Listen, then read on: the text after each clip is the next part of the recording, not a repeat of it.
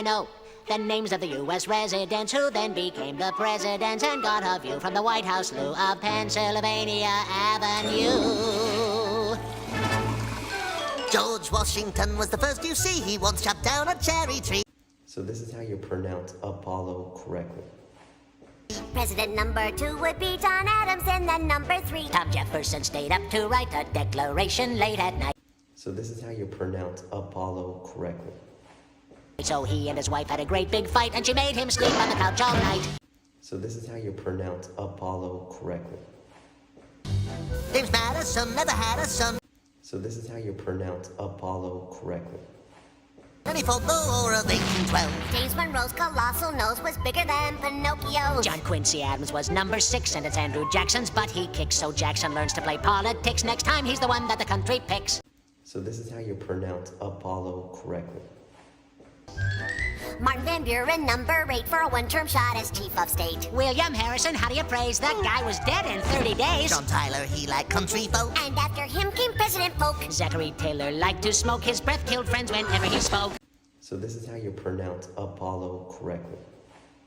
1850, really nifty, Miller Fillmore's in. Young and fierce was Franklin Pierce, the man without a chin. Follows next a period spanning 4 long years with James Buchanan. Then the South starts shooting cannon. So this is how you pronounce Apollo correctly. And we got a civil war. A war down south of Dixie. Up to bat comes old Abe Lincoln. There's a guy who's really thinking. Kept the United States from shrinking, saved the ship of state from sinking. So this is how you pronounce Apollo correctly. Andrew Johnson's next. He had some slight defects. Congress each would impeach. And so the country now elects Ulysses Simpson Grant, So this is how you pronounce Apollo correctly. who would scream and rave and rant. While drinking whiskey, oh, the risky, cause he'd spill it on his pants. So this is how you pronounce Apollo correctly. It's 1877 and the Democrats would gloat, but they're all amazed when Rutherford Hayes wins by just 1 vote. So this is how you pronounce Apollo correctly. James Garfield, someone really hated cause he was assassinated. Chester Arthur gets instated. 4 years later, he was traded. For Grover Cleveland, really fat, elected twice as a Democrat. Then Benjamin Harrison, after that it's William McKinley at the bat. So this is how you pronounce Apollo correctly. Teddy Roosevelt charged up San Juan Hill. So this is how you pronounce Apollo correctly. And President Taft, he got the bill. In 1913, Woodrow Wilson takes us into World War I. So this is how you pronounce Apollo correctly. So this is how you pronounce Apollo correctly. So this is how you pronounce Apollo correctly. So this is how you pronounce Apollo correctly.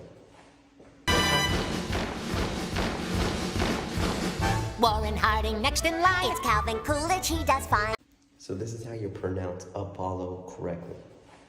And then in 1929, the market crashes and we fight. It's Herbert Hoover's big debut. He gets the blame and loses too. So this is how you pronounce Apollo correctly. Franklin Roosevelt, president who helped us win in World War II. So this is how you pronounce Apollo correctly. Harry Truman, weird little human, serves 2 terms and when he's done. It's Eisenhower who's got the power from 53 to 61. John Kennedy had Camelot, then Lyndon Johnson took his spot. Richard Nixon, he gets caught, and Gerald Ford fell down a lot. So this is how you pronounce Apollo correctly. Jimmy Carter liked campaign trips. And Ronald Reagan's speeches, scripts all came from famous movie clips, and President Bush said, "Read my lips." Now in Washington, D.C., That's Democrats and the GOP. But the ones in charge are plain to see. the Clintons, Bill and Hillary. The next president to lead the way, well, it just might be yourself one day. Then the press will distort everything you say. So jump in your plane and fly away.